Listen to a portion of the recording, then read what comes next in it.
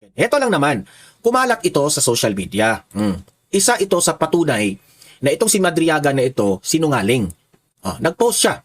So booking si Madriaga. Dito pa lang booking na sila na si Madriaga ay scripted. Kaya kayong mga taga House of Representatives, di ba kayo nahihiya dito? Di ba?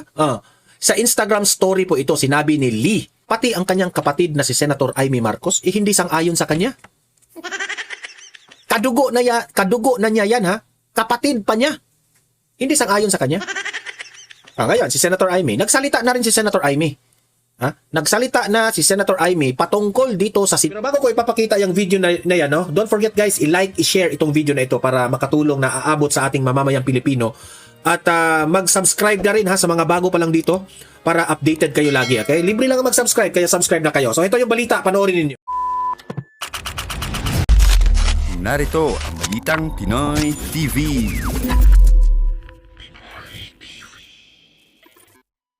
Okay, dito sa vlog na ito ay i-explain ko sa inyo gaano kapalpak itong si Ramil Madriaga, ang kanilang star witness kuno, at bakit ang taong bayan ay alam na nila ang kalokohan ng House of Committee on Justice dyan sa Kamara. Okay? Dito sa vlog na ito, i-explain natin yan lahat. Kasi kung makikita mo sa social media, ang dami na pong nagpo-post patungkol po sa inconsistencies nitong si Ramil Madriaga. Okay? Yan po ang ipapaliwanag natin kasi po hindi po tayo papayag na ganun-ganun na lang silang na gumagawa sila ng witness na sa totoo naman ay nagsisinungaling. Okay? Halatang halata si Ramil Madriaga, yung pag-iyak-iyak niya, obvious na obvious yun eh. Di ba? Marami ang nakapansin doon sa pag-iyak niya na parang walang luha na tumutulo. Tapos, heto si Luistro, itong committee chair ng Committee on Justice, tinutulungan pa niyang maiyak si Madriaga. Di ba? Tinulungan pa niya. Sabi niya, naiyak ka ba? What happened? Bakit ka umiyak? Basahin mo ulit. Naiyak ka ba? Anong klase yan? Di ba? So, napaghalataan po, yan po ang nakikita ko sa social media. Kasi po sa Facebook, sa YouTube, binabasa ko ang mga comments ninyo. Nababasa ko doon, ano ba yan? Itong Committee on Justice. Na, kung saan, nabanggit noon ni Luistro na ito raw yung... kasi marami po ang tumututol na, bakit niyo i-invite si Madriaga? Sabi pa ni Karen Davila, what is the relevance na sa impeachment complaint? Bakit si Madriaga ay dapat pang papuntahin dyan sa House Committee on Justice? Nabanggit doon, nabubuking itong si Luistro sa kanyang interview. Sabi pa nga niya doon, to test the credibility of the resource person. To test raw. Paano yan? I-test natin yung credibility ng isang tao. Probing ka ng probing eh. Probing siya ng probing. Diba? Hanggat nakalusot yung isa, mismo sarili nilang kasamahan na si Ridon, si Madriaga huling-huli. Sabi niya, kailan yung nangyari yung kasal ng inyong anak? Sabi niya, 3 to 4 years. Ay, 6 to 7 years. Anong klaseng witness yan na hindi man lang maalala ang yan, isa pa yan ang daming nagko-comment yan. Kasal ng anak mo hindi mo maalala, and that is a special event na hindi mo dapat kalimutan. So halatang halata na may script siyang sinusunod. Okay? May script siyang sinusunod kasi may kumakalat rin na picture na si Madriaga bago nag-hearing sa backstage, no? Nagbabasa na siya ng script. Hindi ko lang mapakita yung picture dito nagbabasa. Nagbabasa siya ng script doon, no? Ganun, no? Nakabasa. Ang daming script. So yung affidavit niya, scripted yun. Yun ang ating paliwanag doon. So ewan ko na lang kung may confidence pa ang Kamara para iharap ang kanilang sarili dito sa issue na ito. Kasi halatang halata na sila na atat sila na papuntahin si BP Sara dyan sa House of Representatives para ipahiya, para siraan. Kasi dalawa lang yan eh. Kung magtatagumpay sila sa kanilang impeachment, well and good, di ba? Kasi hindi na makatakbo si BP Sara kung ma-impeach. Ngayon, itong pangalawa, kung hindi magtatagumpay sa impeachment sila, at least naman napapunta nila at nasiraan nila si BP Sara. At least, 'di ba? Paghahanda ito sa upcoming election na at least kung makatakbo si BP Sara nasiraan na namin. Ang mga bobong loyalista at itong mga dilawan. Grabe, ang tanga, ang bobo talaga. Alam niyo ba kung bakit? Bobo sila? Ganito lang sila kabobo. Sabi nila, bakit, kung hindi guilty si VP Sara, bakit hindi na lang siya pumunta doon sa hearing? What an argument is that?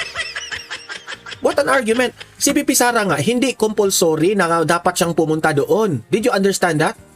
Pwede naman, i-impeach nyo dyan si VP Sara dyan sa kamara, magbotohan kayo para the impeachment proceedings will continue to the Senate at doon ang tunay na hearing. O bakit dapat papuntahin si VP Sara, ganun, ganyan? Ang bobo ninyo. Mag-research nga kayo. Yan ang hirap sa mga dilawat at mga loyalista. Nagpapanggap na mga bright. O tingnan nyo yung naghahamon ng debate kay VP Sara. Itong si Lovely na vlogger, yung parang kasag yung mukha. Tapos itong sino to? Si Falsis. O sa pangalan pa lang, Falsis. Di ba? Itong mga taong to na maghahamon ng debate sa Vice Presidente, isang pasikat rin. Pasikat rin. So heto ang kumakalat. Like muna and share para kakalat ito. At subscribe sa mga hindi pa nakasubscribe sa akin. Heto lang naman. Kumalat ito sa social media. Isa ito sa patunay na itong si Madriaga na ito sinungaling. Okay? Kasi itong si Madriaga, no? Nagmamayabang siya, no? Nagmamayabang siya na binigyan raw niya ng painting itong si VP Sara. Ang painting na yan ay ginawa raw ng kanyang scholar na estudyante. Okay? Ginawa ng kanyang scholar na estudyante itong si Ramil Madriaga. Ayan, kung yung makikita mo, Madriaga is holding a painting. Ito ha. Ito muna yung ipapakita ko. Ito. Yan. Ito raw yung painting. Hawak-hawak niya. Ito yung binigay raw niya kay VP Sara. Hawak niya ang beat. Hawak niya. Yan ang ha. Tandaan nyo masyado. Tingnan nyo masyado yung painting. Yung dito. Yung dito. At saka yung buhok. Tingnan nyo mabuti. Tapos, ang nagpainting nito, itong babae na ito. Yan. Erase natin ito ha, para klaro. Yan. Yan raw ang scholar ni Madriaga. Holding the painting. Yan raw ang nag-paint. Okay? Ngayon, ito yung lumabas. Nabuking kasi itong painting na ito ha, ito raw ang magpapatunay na malapit na kaibigan o malapit na trabahante itong si Madriaga kay VP Sara. Ito yung claim nila ha. Booking sila dito. Ito yung lumabas. Tingnan niyo ha. Ito yung lumabas. Ito yung painting. Ito yung painting. Yan. Tingnan nyo yung painting gaano kaiba. 'Di ba? Tingnan nyo yung dito. Tingnan nyo. I-compare natin, ikukumpara natin kung siya ba talaga ang nagbigay. Ayan tingnan nyo. Tingnan nyo yung dito. Yan ba ang painting? Halata na pinaint nila, gumagawa sila ng ebidensya na bubuking Okay? Halata, tingnan nyo yung buhok. It's very different. Tingnan nyo. Tapos, nagmamayabang sila na binigyan. Malapit sila ni VP Sara. Binigyan ko nga ng painting si VP Sara tapos sinabit pa ni VP Sara sa kanyang office. Ngayon, mas lalo pa silang nabuking noong ang nagmamay-ari ng painting nagpalabas ng post sa social media. Anong sabi ng may pangalan to Nakalimutan ko lang yung pangalan ng sabi niya dito, I gifted this painting to VP Sara when she was a mayor of Davao City in 2021. Anything stated otherwise is false. I am not a scholar. Ito yun ha. Ito yun. Sabi pa dito binalita ito ng DZRH. Ayan. Sabi ng DZRH, I am from Davao. Ito yung statement ng yung tunay na nagpaint talaga ng art. Pinabulaanan ni Tanya Gaisano Lee. Yan ang pangalan sa tunay na nagpaint ng art, okay? Tanya Gaisano Lee, ang artist sa likod ng painting na tinutukoy ni Ramil Madriaga sa pagdinig ng House Committee on Justice kaugnay ng impeachment niya. Yan ha. Nag-post siya. So booking si Madriaga, ha? Dito pa lang booking na sila na si Madriaga ay scripted. Kaya kayong mga taga House of Representatives, di ba kayo nahihiya dito? Di ba?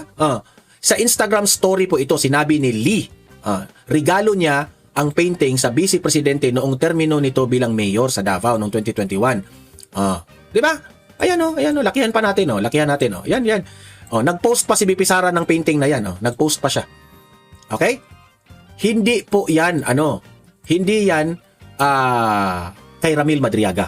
Okay? Linawin natin yan. Si Ramil Madriaga ay sinungaling. Ang init ng kape, guys. So, booking na sila dito. Okay? Booking na sila doon. So, malinaw na si Madriaga ay isang bulok na witness. Okay? Bulok na witness si Madriaga. So, alam nyo, ewan ko na lang ha, pero ako, this is my own opinion ha. Alam ko, yung Ramil Madriaga na yan, ano yan? Scripted yan. Kasali ang administrasyon dyan. Analysis ko yan ha. Hindi po ako nag-akusa, nag-allegation. That's my own analysis. My own opinion. Kasi, wala na po silang magagawa dyan eh. Takot na takot ang administrasyon na maging presidente si BP Sara. Kasi alam nila ano ang magiging epekto kapag si BP Sara ang maging presidente. Alam na ninyo yan. Flood control pa lang, wala sa kalingkingan yung bintang ninyo kay BP Sara. Kapag si BP Sara ang maging presidente, hindi nyo pwedeng, totoo to hindi nyo pwedeng harangin o hindi nyo pwedeng pigilan kung sino ang gusto ng taong bayan. Di ba? Imagine, may gusto pa ba dito sa administrasyong ito? Wala na. Itong administrasyon na ito, itong Pilipinas na dating tahimik, magulo na ngayon. Pag hawak ni BBM dito sa sa bayang Pilipinas, mas lalong gumulo ang Pilipinas sa mundo ng politika. Yan ang pinakauna. Kaya nga sabi yung iba ay na lang ako, yung mga kakilala ko, mag-abroad na lang kami Don Mar, doon na lang kami manirahan. Kung dito ka manirahan sa Pilipinas, hindi ka aasenso. Yan ang sabi ng iba ha. Ako naman, sabi ko sa sarili ko, kahit magulo ang Pilipinas, kahit bangag yung leader natin, ako, pinili ko pa rin na dito sa Pilipinas. Kasi hindi naman kasalanan ng bansa natin eh. Kasalanan po ito sa mga leaders natin. Yan ang po aking opinion. Alam kong mahirap dito sa Pilipinas, pero kaya nga, sabi ko sa inyo, sabi ko lagi sa mga audience na we have to vote wisely. Our country is divided. Merong mga dilawan, merong mga loyalista, merong mga DDS. Divided talaga tayo. Walang sapat na unity. Walang pagkakaisa itong bansang ito. Away ng away sa politika. And who is to be blamed by that? The politicians. They are to be blamed. Dahil sa kanilang pamumulitika, pati mga supporters nag-away-away na. Di ba? So, ako naman, sabi ko, matino ba ang administrasyong Marcos? Hindi. Yun ang masasabi ko, hindi. Wala po, hindi na po, wala na pong next time sa kanila. Sapat na yung 6 years lang si BBM. O kung pwedeng mas earlier pa sana, pwede. Mantakin nyo ha. Pati ang kanyang kapatid na si Senator Amy Marcos, hindi sang-ayon sa kanya. Kadugo na niya yan ha. Kapatid pa niya. Hindi sang-ayon sa kanya. Ngayon, si Senator Amy, nagsalita na rin si Senator Amy. Nagsalita na si Senator Amy patungkol dito sa sinungaling na si Ramil Madriaga na walang ibang pinagbibintangan ang mga DDS. Itong si Ramil Madriaga is ito po'y ginawa ng administrasyon. Di ba? Bakit nasabi ng mga taong bayan na ginawa ito ng administrasyon itong si Ramil Madriaga? Kasi very obvious doon sa House of Representatives na kinampihan nila si Ramil Madriaga. Di ba? Tingnan ninyo.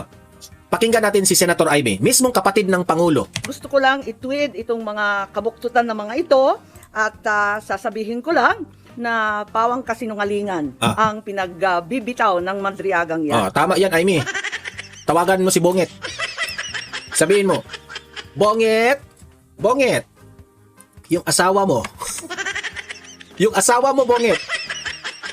Sabihin mo sa kanya, Bonget, yung asawa mo, sabihin mo sa kanya, magpa-check up na siya sa kanyang mata. Kasi baka basa ng basa yung mata tingnan yung mata ni First Lady, parang lumalaki na ba. Pa-check up na baka may concern lang po tayo. Kung meron mang itinuro ang kasaysayan sa isang Marcos katulad ko, yun ay maging tapat sa bayan at sa iyong prinsipyo. Senator Amy, wag mo nang ipagmayabang yung Marcos. Kasi yung father mo at yung kapatid mo, sirang-sira na yung apelyido nyo. Wag na. Alam mo, Senator Amy, okay na yun na kinampihan mo si BP Sara. Okay na yun ha, pero kung magmamayabang ka pa sa brand ng Marcos, wag na. Wag na. Yung taong bayan, nauumay na po sa word na Marcos. Alam mo, Senator Amy, kung pwede pa lang, Magkano ba ang bayad na magpa-change ng apelyido? Magpa-change ka na lang ng Senator Amy Duterte. Joke lang yan. Hindi nila kayang sirain si Inday Correct. Dahil hindi Yan, palakpakan yan kay Senator Amy. Senator Amy, salamat sa pagsuporta mo sa inyong best friend. siya gumawa ng ikasisira ng kanyang pangalan. Ah. Kaya gagamit sila ng taong wasak na ang pagkatao. Correct? Kasi, may point si Senator Amy, pareha kami ng analysis. Gagamitin nila si Madriaga kasi walang mawawala kay Madriaga. Kung sinungaling man o hindi sinungaling si Madriaga, sinungaling man o nagsasabi ng totoo si Madriaga, walang mawawala kay Madriaga. Walang mawawala. Kasi kagaya nito ngayon na nahuli si Madriaga na nagsisinungaling sa painting pa lang, di ba? Sa mga inconsistencies ng mga sinasabi niya, nahuli si Madriaga. May nawawala ba kay Madriaga? Wala. Kasi tama nga si Senator Amy, wasak na. Wasak na ang pagkatao ni Ramil Madriaga. Dati nang wasak. Winasak ba ngayon? Paano mo wawasakin ng isang tao na wasak na? Para subukan, wasakin din ang vice-presidente. Si wasak, mangwawasak ng hindi wasak. Kasi si VP Sara, syempre malakas yung rating ni VP Sara, ang taas-taas ng rating. Heto si Madriaga, lumapit, siniraan. Si wasak, winawasak yung hindi wasak. Oo, inaamin ko. Ginamit ako at naging kasangkapan ng isang gobyernong taliwas ang pamumuno sa uri ng serbisyong bayang iminulat sa akin ng aking ama. Ito ang gobyernong nangako na pagpapatuloy ng nasimula ni PRRD, ni Presidente Rodrigo Roa Duterte. Isa pa yan Yan ang hindi maisip at parang insensitive itong si BBM. Baka nakalimutan mo, BBM, na si former President Rodrigo Roa Duterte ang nagtapos sa issue na ang tatay mong si Marcos Sr. Na hindi gusto ang taong bayan na mapakulong yan sa sa yung libingan ng mga bayani. Mga dilawan, ayaw. Malibing yan si Marcos Sr. Si Duterte ang nagtapos dyan sa issue na yan. Sabi ni former President Rodrigo Roa Duterte, may karapatan na ilibing sa libingan ng mga bayani si Marcos Sr. kasi siya po ay isang sundalo. At yan po ay fina-follow lamang natin kung ano ang nakasaad sa ating konstitusyon at sa batas ng Pilipinas. Kaya, yan ang sabi ni Tatay Digong. He just implemented the rules and the law of the Philippines. Kaya nalibing yan. Kahit itong mga dilawan na ito, mga traidor. Hindi ba libos na isip yan, BBM? Ngunit, naging simula ng pagbagsak ng ating bansa. Kahit kailan, hindi ko kinonsinti at wala akong balak konsintihin ang kapatid ko. At kahit kailan, hindi rin naman ako tatahimik. Hindi ko hahayaang harap-harapan magsinungaling ang isang tao para matupad ang ambisyon ng iilan at tuluyang mailibing ang ating bayan. Sa korupsyon, sa kasakiman, sa walang saysay na pamumulitika, kahit ngayon sa harap ng malupit na krisis.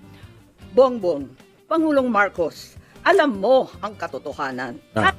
Kapatid na mismo ang nagsabi ha. Hoy BBM, kinol out ka na ng kapatid mo. Kinol out ka na, makinig ka. Huwag kang makinig sa palaka na nasa gilid mo.